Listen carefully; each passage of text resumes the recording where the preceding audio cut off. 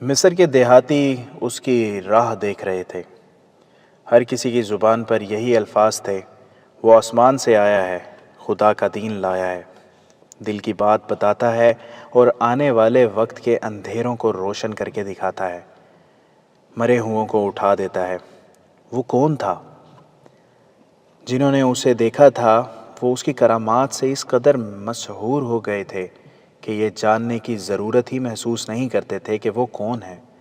وہ تسلیم کر لیتے تھے کہ وہ آسمان سے آیا ہے، خدا کا دین لایا ہے، اور جو لوگ اس کی راہ دیکھ رہے تھے وہ اس سوال سے بے نیاز تھے کہ وہ کون ہے۔ قافلے گزرتے تھے تو اسی کی کرامات سناتے تھے۔ کوئی اکیلا دھکیلا مسافر کسی گاؤں میں جاتا تھا تو اسی کے معجزوں کا ذکر کرتا تھا۔ بعض لوگ اسے نبی اور پیغمبر بھی کہتے تھے، اور کچھ ایسے بھی تھے جو اسے بارش کا دیوتا مانتے تھے اور اس کی خوشنودی کے لیے انسانی جان کی قربانی دینے کے لیے بھی تیار تھے۔ ان میں سے کوئی بھی یہ جاننے کی کوشش نہیں کرتا تھا کہ اس کا مذہب کیا ہے اور وہ کیسا عقیدہ ساتھ لایا ہے۔ لوگ ابھی پسماندگی کے دور میں تھے، علم سے بے بہرا تھے اور قدرت کے ستم کا شکار رہتے تھے۔ انہیں جہاں امید بنتی تھی کہ ان کے مصائب کا حل موجود ہے، وہاں جا سجدہ کرتے تھے۔ ان کی اکثریت مسلمان تھی۔ اسلام کی روشنی وہاں تک پوری آب و تاب سے پہنچی تھی۔ مسلمانوں نے مسجدیں بھی بنا رکھی تھیں، رب کعبہ کے حضور پانچوں وقت سجدے بھی کرتے تھے، مگر اسلام کے سچے عقیدے کو پختہ کرنے کا کوئی انتظام نہ تھا۔ ان کے امام بے علم تھے جو اپنی امامت کو برقرار رکھنے کے لیے لوگوں کو عجیب و غریب باتیں بتاتے رہتے تھے۔ قرآن کو انہوں نے نعوذ باللہ کالے علم کی ایک کتاب بنا ڈالا تھا اور ایسا تاثر پیدا کر رکھا تھا کہ قرآن کو صرف امام سمجھ سکتا ہے۔ چنانچہ یہ مسلمان قرآن کو ہاتھ لگانے سے بھی ڈرتے تھے۔ ان اماموں نے لوگوں کے دلوں میں غیب کا ایک لفظ بٹھا دیا تھا اور انہیں باور کرا دیا تھا کہ جو کچھ بھی ہے وہ غیب میں ہے، اور غیب میں جھانکنے کی قدرت صرف امام کو حاصل ہے۔ اماموں نے انسان کو ایک کمزور چیز بنا دیا تھا۔ اس مقام سے وسوسے اور تہمات پیدا ہوئے۔ صحرائی آندھیوں کی چیخوں میں انہیں اس مخلوق کی آوازیں سنائی دینے لگیں جو امام کہتے تھے کہ انسانوں کو نظر نہیں آ سکتی۔ بیماریاں، جنات اور شرشرار بن گئی ہیں۔ امام معالج اور عامل بن گئے۔ جنہوں نے دعویٰ کیا کہ ان کے قبضے میں جنات ہیں، انسان غیب سے اور غیب کی سزا سے اتنے خوف زدہ رہنے لگے کہ ان کے دلوں میں اسلام کا عقیدہ کمزور پڑ گیا، اور وہ ہر اس آواز پر لبیک کہنے لگے جو انہیں غیب کی مخلوق اور غیب سے سزا سے بچانے کا یقین دلاتی تھی۔ یہی وجہ تھی کہ لوگ بے تابی سے اس کی راہ دیکھ رہے تھے جو آسمان سے آیا ہے اور مرے ہوئوں کو اٹھا دیتا ہے۔ وہ مصر کے اس دیہاتی علاقے میں وارد ہوا تھا جو جنوب مغرب کی سرحد کے ساتھ تھا۔ اس زمانے میں سرحد کا کوئی واضح وجود نہیں تھا۔ صلاح الدین ایوبی نے کاغذوں پر ایک لکیر کھینچ رکھی تھی، لیکن وہ بھی کہا کرتا تھا کہ دین اسلام کی اور سلطنت اسلامیہ کی کوئی سرحد نہیں۔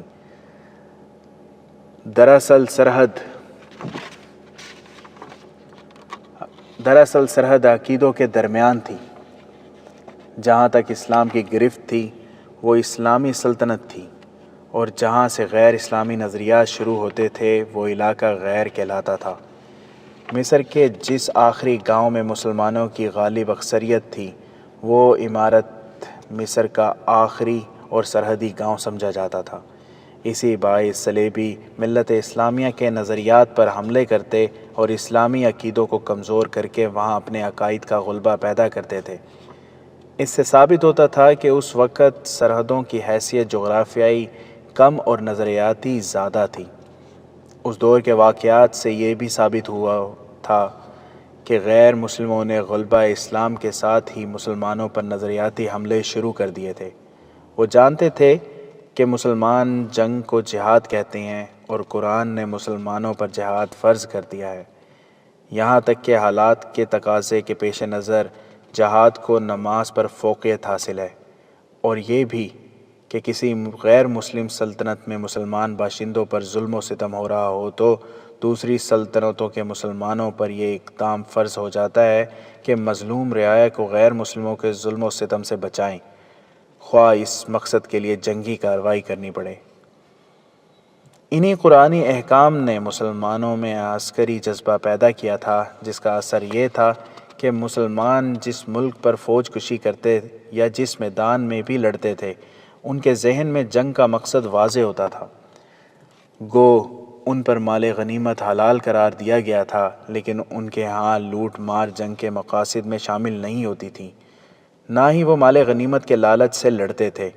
اس کے برعکس صلیبیوں کی جنگ ملک گیری کی ہوس کی آئینہ دار ہوتی اور وہ لوٹ مار پر زیادہ توجہ دیتے تھے۔ جیسا کہ پہلے بیان کیا جا چکا ہے کہ مسلمانوں کے قافلوں کو لوٹنے کا کام بھی صلیبی فوج کے حوالے کر دیا گیا تھا۔ صلیبیوں کا یہ نقصان اٹھانا پڑتا تھا کہ ہر میدان میں ان کی جنگی طاقت مسلمانوں کی نسبت 5 سے 10 گنا ہوتی تھی، مگر وہ مٹھی بھر مسلمانوں سے شکست کھا جاتے تھے۔ شکست نہ کھائیں تو فتح بھی حاصل نہ کر سکتے تھے۔ وہ جان گئے تھے کہ قرآن کے احکام نے مسلمانوں میں جنگی جنون پیدا کر رکھا ہے۔ وہ اللہ تعالیٰ کے نام پر لڑتے اور جانیں قربان کرتے ہیں۔ صلیبیوں کے جرنیلوں میں کچھ ایسے بھی تھے جو مسلمانوں پر مذہبی جنون کی گرفت کمزور کرنے کی ترکیبیں سوچتے اور ان پر عمل کرتے تھے۔ وہ جان گئے تھے کہ ایک مسلمان جو 10 غیر مسلموں کا مقابلہ کرتا ہے، وہ کوئی فرشتہ یا جن بھوت نہیں ہوتا، بلکہ وہ اپنے اندر اللہ کی طاقت اور اپنے عقیدے کی قوت محسوس کرتا ہے، جو اسے کسی لالچ سے اور اپنی جان سے بھی بے نیاز کر دیتی ہے۔ چنانچہ صلاح الدین ایوبی سے بہت پہلے ہی یہودی اور صلیبی عالموں اور مفکروں نے مسلمانوں کی عسکری روح کو مردہ کرنے کے لیے ان کی کردار کشی شروع کر دی تھی اور ان کے مذہبی عقائد میں پرکشش ملاوٹ کر کے ان کے ایمان کو کمزور کرنا شروع کر دیا تھا۔ صلاح الدین ایوبی اور نور الدین زنگی کی بدنصیبی یہ تھی کہ وہ جب صلیبیوں کے خلاف اٹھے تو اس وقت تک صلیبیوں کے نظریاتی یلغار بہت حد تک کامیاب ہو چکی تھی۔ اسلام کے دشمنوں نے اس یلغار کو 2 طرفہ استعمال کیا تھا۔ اوپر کے طبقے کو، جس میں حکمران، امراء اور وزراء وغیرہ تھے، دولت، عورت اور شراب کا دلدادہ بنا دیا تھا، اور نیچے یعنی پسماندہ لوگوں میں توہم پرستی اور مذہب کے خلاف وسوسے پیدا کر دیے تھے۔ جس طرح زنگی اور ایوبی نے فن حرب و ضرب میں نئے تجربے کیے اور نئی چالیں وضع کیں، اسی طرح صلیبیوں نے درپے کردار کشی کے میدان میں نئے طریقے دریافت کیے۔ 3-4 یورپی مورخین نے یہاں تک لکھا ہے کہ ایک وقت ایسا بھی آیا کہ بعض صلیبی حکمرانوں نے میدان جنگ کو اہمیت دینی ہی چھوڑ دی تھی۔ وہ اس نظریے کے قائل ہو گئے تھے کہ جنگ اس طریقے سے لڑو کہ مسلمانوں کی جنگی طاقت زائل ہوتی رہے۔ زوردار حملہ ان کے مذہبی عقائد پر کرو اور ان کے دلوں میں ایسے وہم پیدا کر دو جو مسلمان قوم اور فوج کے درمیان بد اعتمادی اور حقارت پیدا کر دیں۔ اس مکتبہ فکر کے صلیبی مفکروں میں فلپ آگسٹس سر فہرست تھا۔ یہ صلیبی حکمران اسلام دشمنی کو اپنے مذہب کا بنیادی اصول سمجھتا تھا اور کہا کرتا تھا کہ ہماری جنگ صلاح الدین ایوبی اور نور الدین زنگی سے نہیں، یہ صلیب اور اسلام کی جنگ ہے، جو ہماری زندگی میں نہیں تو کسی نہ کسی وقت میں ضرور کامیاب ہوگی۔ اس کے لیے ضروری یہ ہے کہ مسلمانوں کو اٹھتی ہوئی نسل کے ذہن میں قومیت کی بجائے جنسیت بھر دو اور انہیں ذہنی عیاشی میں ڈبو دو۔ آگسٹس اپنے مشن کی کامیابی کے لیے میدان جنگ میں مسلمانوں کے آگے ہتھیار ڈال کر صلح کر لینے سے بھی گریز نہیں کرتا تھا۔ ہم جس دور یعنی 1149 کے لگ بھگ کی کہانی سنا رہے ہیں، اس وقت وہ نور الدین زنگی کے ہاتھوں شکست کھا کر مفتوحہ علاقے واپس کر چکا تھا۔ اس نے زنگی کو تاوان بھی دیا تھا اور جنگ نہ کرنے کے معاہدے پر دستخط کر کے جزیہ دے رہا تھا، مگر جنگی قیدیوں کے تبادلے میں اس نے چند ایک معذور مسلمان سپاہی واپس کیے۔ تندرست قیدیوں کو اس نے قتل کر دیا تھا اور اب وہ کرک کے قلعے میں اسلام کی بیقینی کے منصوبے بنا رہا تھا۔ اس کے ذہن میں اسلام دشمنی خبت کی صورت اختیار کر گئی تھی۔ اس کے بعض چالیں ایسی خفیہ ہوتی تھیں کہ اس کے اپنے صلیبی حکمران اور جرنیل بھی اسے شک کی نگاہوں سے دیکھنے لگے تھے۔ اس پر اپنے ساتھیوں نے یہ الزام عائد کیا کہ وہ اندر سے مسلمانوں کا دوست ہے اور ان کے ساتھ سودا بازی کر رہا ہے۔ ایک یورپی مورخ آندرے آزون کے مطابق اس الزام کے جواب میں ایک بار اگسٹس نے کہا تھا، ایک مسلمان حکمران کو پھانسنے کے لیے میں اپنی کنواری بیٹیوں کو بھی اس کے حوالے کرنے سے گریز نہیں کروں گا۔ تم مسلمانوں کے ساتھ صلح نامے اور دوستی کے معاہدے کرنے سے گھبراتے کیوں کہ اس میں تم اپنی توہین کا پہلو دیکھتے ہو؟ تم یہ نہیں سوچتے کہ مسلمان کو میدان جنگ کی نسبت صلح کے میدان میں مارنا آسان ہے؟ ضرورت پڑے تو اس کے آگے ہتھیار ڈال کر صلح نامہ کرو، معاہدہ کرو اور گھر آ کر معاہدے اور صلح نامے کے الٹ رد عمل کرو۔ کیا میں ایسا نہیں کر رہا؟ کیا تم نہیں جانتے کہ میرے خون کے رشتے کی 2 لڑکیاں دمشق کے ایک شیخ کے حرم میں ہیں؟ کیا اس شیخ سے تم لڑے بغیر بہت سارا علاقہ لے نہیں چکے؟ کیا اس نے دوستی کا حق ادا نہیں کیا؟ وہ مجھے اپنا دوست سمجھتا ہے اور میں اس کا جانی دشمن ہوں۔ میں ہر ایک غیر مسلم سے کہوں گا کہ مسلمانوں کے ساتھ معاہدے کرو اور انہیں دھوکہ دے کر مار دو۔ یہ تھی وہ صلیبی ذہنیت جو ایک کامیاب سازش کے تحت سلطنت اسلامیہ کی جڑوں کو دیمک کی طرح کھا رہی تھی۔ اسی سازش کا یہ نتیجہ تھا کہ مصر میں بغاوت کی چنگاری شعلہ بننے لگی تھی، جسے سرد کرنے کے لیے سلطان صلاح الدین ایوبی کو کرک کا محاصرہ اس حالت میں اٹھانا پڑا جب وہ صلیبیوں کی ایک سوار فوج کو قلعے سے باہر شکست دے چکا تھا۔ اسے محاصرہ نور الدین زنگی کے حوالے کر کے اپنی فوج سمیت قاہرہ جانا پڑا۔ وہ دل برداشتہ تو نہیں تھا، لیکن دل پر ایسا بوجھ تھا جو اس کے چہرے پر صاف نظر آ رہا تھا۔ اس کی فوج کے سپاہی اس خیال سے مطمئن تھے کہ انہیں آرام کے لیے قاہرہ لے جایا جا رہا ہے، لیکن دستوں کے وہ کماندار جو سلطان ایوبی کے عزم اور لڑنے کے لیے طریقہ کار کو سمجھتے تھے، حیران تھے کہ اس نے نور الدین کو فوج سمیت کیوں بلایا اور محاصرہ کیوں اٹھایا ہے۔ وہ تو فتح یا شکست تک لڑنے کا قائل تھا۔ اس کے ہیڈ کوارٹر کے 2-3 سالاروں کے سوا کسی کو علم نہیں تھا کہ مصر کے حالات بہت خراب ہو گئے ہیں اور سوڈان میں تقی الدین کا حملہ ناکام ہو گیا ہے اور اسے خیریت سے پیچھے ہٹانا ہے۔ سلطان ایوبی کے ساتھ علی بن سفیان بھی تھا، وہی مصر کے اندرونی حالات کی رپورٹ لے کر آیا تھا۔ سلطان صلاح الدین ایوبی نے کرک سے کوچ کے حکم کے ساتھ یہ حکم بھی دیا تھا کہ راستے میں بہت کم پڑاؤ کیے جائیں اور کوچ بہت تیز ہوگا۔ اس حکم سے سب کو شک ہوا تھا کہ کچھ گڑبڑ ہے۔ سفر کی پہلی شام آئی، فوج رات بھر کے لیے رک گئی۔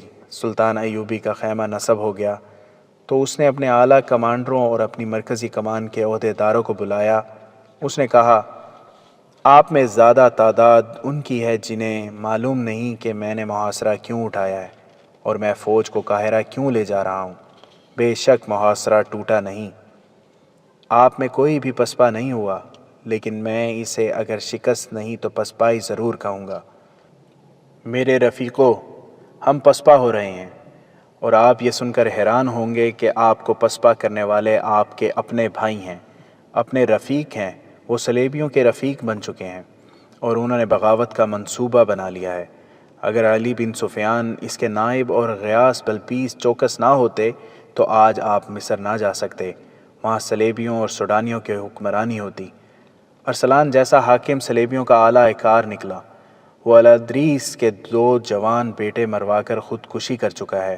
اگر ارسلان غدار تھا تو آپ اور کس پر بھروسہ کریں گے؟ حاضرین پر سناٹا طاری ہو گیا۔ بے چینی اور اضطراب ان کی آنکھوں میں چمک رہا تھا۔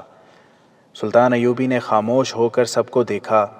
اس دور کا ایک واقعہ نگار قاضی بہاؤالدین شداد کسی غیر مطبوعہ تحریر کے حوالے سے لکھتا ہے کہ 2 قندیلیوں کی کانپتی ہوئی روشنی میں سب کے چہرے اس طرح نظر آ رہے تھے جیسے ایک دوسرے کے لیے اجنبی ہوں۔ وہ آنکھ بھی نہیں جھپکتے تھے۔ سلطان ایوبی کے الفاظ سے زیادہ اس کا لب و لہجہ اور انداز ان پر اثر انداز ہو رہا تھا۔ سلطان ایوبی کی آواز میں روز والا جوش نہیں بلکہ لرزہ سا تھا جو سب کو ڈرا رہا تھا۔ اس نے کہا، میں یہ کہہ کر کہ آپ میں بھی غدار ہیں معافی نہیں مانگوں گا۔ میں آپ کو یہ بھی نہیں کہوں گا کہ قرآن پر حلف اٹھاؤ کہ آپ اسلام اور سلطنت اسلامیہ کے وفادار ہیں۔ ایمان بیچنے والے قرآن ہاتھ میں لے کر بھی وفاداری کا یقین دلایا کرتے ہیں۔ میں آپ کو صرف یہ بتانا چاہتا ہوں کہ ہر وہ انسان جو مسلمان نہیں وہ آپ کا دشمن ہے۔ دشمن جب آپ کے ساتھ محبت اور دوستی کا اظہار کرتا ہے تو اس میں اس کی دشمنی چھپی ہوئی ہوتی ہے۔ وہ آپ کو آپ کے بھائیوں کے خلاف اور آپ کے مذہب کے خلاف استعمال کرتا ہے، اور جہاں اسے مسلمانوں پر حکومت کرنے کا موقع ملتا ہے وہ مسلمان مستورات کی عصمت دری اور اسلام کی بیخ کنی کرتا ہے۔ یہی اس کا مقصد ہے۔ ہم جو جنگ لڑ رہے ہیں یہ ہماری ذاتی جنگ نہیں، یہ ذاتی حکمرانی قائم کرنے کے لیے کسی ملک پر قبضہ کرنے کی کوشش نہیں، یہ دو عقیدوں کی جنگ ہے، یہ کفر اور اسلام کی جنگ ہے۔ یہ جنگ اس وقت تک لڑی جاتی رہے گی جب تک کفر یا اسلام ختم نہیں ہو جاتا۔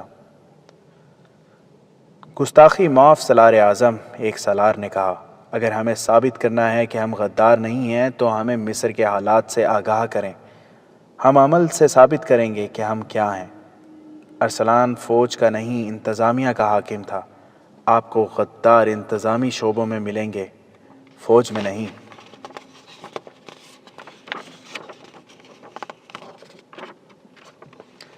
کر کے قلعے کا محاصرہ آپ نے اٹھایا ہے، ہم نے نہیں۔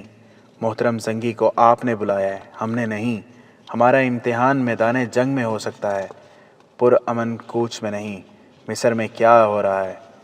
سلطان ایوبی نے علی بن سفیان کی طرف دیکھا اور کہا، علی انہیں بتاؤ وہاں کیا ہو رہا ہے۔ علی بن سفیان نے کہا، غداروں نے دشمن کے ساتھ مل کر سوڈان کے محاذ کے لیے رسد روک لی ہے، منڈیوں سے غلہ غائب کر دیا ہے۔ دیہاتی علاقوں میں اجنبی لوگ آ کر غلہ اور خرد نوش کی دیگر اشیاء خرید کر لے جاتے ہیں۔ گوشت ناپید کر دیا گیا ہے۔ رسد اگر بھیجی جاتی ہے تو دانستہ تاخیر کی جاتی ہے۔ یوں بھی ہوا کہ رسد بھیج کر دشمن کو اطلاع دے دی گئی ہے۔ دشمن نے رسد کے قافلے کو راستے میں روک لیا۔ شہر میں بدکاری عام ہو گئی ہے۔ جوئے بازی کے ایسے دلچسپ طریقے رائج ہو گئے ہیں جن کے ہمارے لڑکے عادی ہوتے جا رہے ہیں۔ دیہاتی علاقوں سے فوج کو بھرتی نہیں ملتی اور جانور بھی نہیں ملتے۔ فوج میں بے اطمینانی پیدا ہو گئی ہے۔ ہمارے قوم کردار تباہ کرتی جا رہی ہے۔ انتظامیہ کے حکام چھوٹی چھوٹی ریاستوں کے حکمران بننے کے خواب دیکھ رہے ہیں۔ انہیں یہ لالچ صلیبیوں نے دے رکھی ہے۔ ان حاکموں کو باہر سے بے دریغ دولت مل رہی ہے۔ چونکہ سلطنت اور امارت کا انتظام انہی لوگوں کے ہاتھ میں ہے، اس لیے انہوں نے ایسی فضا پیدا کر دی ہے جو دشمن کے لیے سازگار ہے۔ سب سے زیادہ خطرناک صورت یہ پیدا ہو گئی ہے کہ دیہاتی علاقوں میں عجیب و غریب عقیدے پھیل رہے ہیں۔ لوگ غیر اسلامی اصولوں کے قائل اور پابند ہوتے جا رہے ہیں۔ اس میں خطرہ یہ ہے کہ ہمیں فوج انہی علاقوں سے ملتی ہے اور ہماری موجودہ فوج انہی علاقوں سے آئی ہے۔ بے بنیاد اور غیر اسلامی عقیدے فوج میں بھی آ گئے ہیں۔ کیا آپ نے اس کا تدارک نہیں کیا؟ حاضرین میں سے کسی نے پوچھا۔ جی ہاں، علی بن سفیان نے کہا، میرا تمام تر شعبہ مجرموں کے سراغ لگانے اور انہیں پکڑنے میں مصروف ہے۔ میں نے اپنے جاسوس اور مخبر دیہاتی علاقوں میں پھیلا رکھے ہیں، مگر دشمن کی تخریب کاری اتنی زیادہ بڑھ گئی ہے کہ اس کے آدمیوں کو پکڑنا بہت مشکل ہو گیا ہے۔ مشکل یہ ہے کہ ہمارے مسلمان بھائی دشمن کے جاسوسوں اور تخریب کاروں کو اپنا پناہ اور تحفظ دیتے ہیں۔ کیا آپ یہ سن کر حیران نہیں ہوں گے کہ دیہاتی علاقوں کی بعض مسجدوں کے امام بھی دشمن کی تخریب کاری میں شامل ہو گئے ہیں؟ یہ تو ہو نہیں سکتا کہ میں انتظامیہ فوج کے سپرد کر دوں۔ سلطان صلاح الدین ایوبی نے کہا، فوج جس مقصد کے لیے تیار کی گئی ہے یہ اس کی تکمیل کا فرض ادا کرتی رہے تو سلطنت کے لیے بھی بہتر ہوتا ہے اور فوج کے لیے بھی۔ جس طرح ایک کوتوال سالار کے فرائض سر انجام نہیں دے سکتا، البتہ ہر سالار کو یہ ضرور معلوم ہونا چاہیے کہ کوتوال کیا کر رہے ہیں۔ ہر سالار کو باخبر رہنا چاہیے کہ انتظامیہ کیا کر رہی ہے، کیا واقعی فرائض میں کوتاہی تو نہیں ہو رہی۔ میرے رفیقو، ہمیں خدا نے تاریخ کی سب سے زیادہ کڑی آزمائش میں ڈال دیا ہے۔ مصر کے حالات آپ نے سن لیے ہیں۔ سوڈان کا حملہ ناکام ہو گیا ہے۔ تقی الدین اپنی غلطیوں کی بدولت سوڈان کے صحرا میں پھنس کے رہ گیا ہے۔ اس کی فوج چھوٹی چھوٹی ٹولیوں میں بکھر گئی ہے، اس کی پسپائی بھی ممکن نظر نہیں آتی۔ میں کہہ نہیں سکتا کہ محترم زنگی کرک فتح کر لیں گے یا نہیں، لیکن اسے بھی میں اپنی ناکامی کہتا ہوں۔ آپ انتہائی مشکل حالات میں بھی میدان جنگ میں دشمن کو شکست دے سکتے ہیں، مگر دشمن نے جس محاذ پر حملہ کیا ہے، اس پر دشمن کو شکست دینا آپ کے لیے بظاہر آسان نظر نہیں آتا۔ آپ تیغ زن ہیں، صحراؤں کا سینہ چیر سکتے ہیں، مگر مجھے خطرہ نظر آ رہا ہے کہ صلیبیوں کے اس محاذ پر آپ ہتھیار ڈال دیں گے۔ حاضرین میں چند ایک جو شبلی اور پرعزم آوازیں سنائی دیں۔ سلطان ایوبی نے کہا، اس وقت جو فوج مصر میں ہے، وہ جب شوبک اور کرک کے محاذ سے مصر گئی تھی تو اس کے کمانداروں اور عہدیداروں کا جذبہ بالکل ایسا ہی تھا جیسا آج آپ کا ہے، مگر قاہرہ پہنچ کر جب انہوں نے دشمنوں کے سبز باغ دیکھے تو بغاوت کے لیے تیار ہو گئے۔ اب اس فوج کی کیفیت یہ ہے کہ آپ اس پر بھروسہ نہیں کر سکتے۔ ہم ایسے ایک ایک کماندار اور عہدیدار کو قتل کر کے دم لیں گے، ایک سالار نے کہا۔ ہم سب سے پہلے اپنی صفوں کو غداروں سے پاک کریں گے، ایک اور نے کہا۔ اگر میرا بیٹا صلیبیوں کا دوست نکلا تو میں اپنی تلوار سے اس کا سر کاٹ کر آپ کے قدموں میں رکھ دوں گا، ایک بوڑھے نائب سالار نے کہا۔ میں اس قسم کی جوشیلی اور جذباتی باتوں کا قائل نہیں، سلطان ایوبی نے کہا۔ حاضرین کا جوش غضبناک ہو گیا۔ یہ وہ لوگ تھے جو سلطان ایوبی کے سامنے بات کرنے سے ڈرا کرتے تھے، مگر اب یہ سن کر کہ ان کی فوج کی وہ نفری جو مصر میں ہے دشمن کی تخریب کاری کا شکار ہو کر اپنی سلطنت کے خلاف بغاوت پر اتر آئی ہے، تو وہ لوگ آگ بگولا ہو گئے۔ ایک نے سلطان ایوبی کو یہاں تک کہہ دیا، آپ ہمیں ہمیشہ تحمل سے سوچنے اور بردباری سے عمل کرنے کی تلقین کرتے ہیں، مگر بعض حالات ایسے ہوتے ہیں جنہیں تحمل اور بردباری اور زیادہ بگاڑ دیتی ہے۔ ہمیں اجازت دیں کہ قاہرہ تک ہمیں ایک بھی پڑاؤ نہ کریں۔ ہم آرام اور خوراک کے بغیر متواتر سفر کریں گے۔ ہم اس فوج کو نہتہ کر کے قید کر لیں گے۔ صلاح الدین ایوبی کے لیے ان حکام پر قابو پانا محال ہو گیا۔ اس نے کچھ اور باتیں کہہ سن کر مجلس برخاست کر دی۔ علی الصبح فوج نے کوچ کیا۔ یہ کوچ ترتیب سے ہو رہا تھا۔ سلطان ایوبی اپنے عملے کے ساتھ الگ تھلگ جا رہا تھا۔ اس نے دیکھا کہ علی بن سفیان اس کے ساتھ نہیں تھا۔ شام تک فوج کو 2 مرتبہ کچھ دیر کے لیے روکا گیا۔ شام گہری ہونے کے بعد بھی فوج چلتی رہی۔ رات کا پہلا پہر ختم ہو رہا تھا جب سلطان ایوبی نے رات کے قیام کے لیے فوج کو روکا۔ سلطان کھانے سے فارغ ہوا تو علی بن سفیان آ گیا۔ سارا دن کہاں رہے علی؟ سلطان ایوبی نے پوچھا۔ گزشتہ رات میرے دل میں ایک شک پیدا ہو گیا تھا، علی بن سفیان نے جواب دیا۔ اس کی تصدیق یا تردید کے لیے سارا دن فوج میں گھومتا پھرتا رہا۔ کیسا شک؟ آپ نے رات دیکھا نہیں تھا کہ تمام سالار، کماندار اور عہدیدار کس طرح اس فوج کے خلاف بھڑک اٹھے تھے جو مصر میں ہے؟ علی بن سفیان نے کہا، مجھے شک ہونے لگا تھا کہ یہ اپنے دوستوں کو بھی اسی طرح بھڑکائیں گے۔ میرا شک صحیح ثابت ہوا۔ انہوں نے تمام تر فوج کو مصر کی فوج کے متعلق ایسی باتیں بتائی ہیں کہ تمام فوج انتقامی جذبے سے مشتعل ہو گئی ہے۔ میں نے سپاہیوں کو یہ کہتے سنا ہے کہ ہم محاذوں پر زخمی اور شہید ہوتے ہیں اور ہمارے ہی ساتھی قاہرہ میں عیش کرتے اور اسلامی پرچم کے خلاف علم بغاوت بلند کرنا چاہتے ہیں۔ ہم جاتے ہی انہیں ختم کریں گے، پھر سوڈان میں پھنسی ہوئی فوج کی مدد کو پہنچیں گے۔ قابل صد احترام امیر، اگر ہم نے کوئی پیش بندی نہ کی تو قاہرہ میں پہنچتے ہی خانہ جنگی شروع ہو جائے گی۔ ہماری یہ فوج انتقامی جذبے کے زیر اثر غصے میں ہے اور ہماری مصر والی فوج پہلے ہی بغاوت کے بہانے ڈھونڈ رہی ہے۔ مجھے اس پر تو خوشی ہے کہ مسلسل مارکوں کی تھکی ہوئی اس فوج میں یہ جذبہ پیدا ہو گیا ہے۔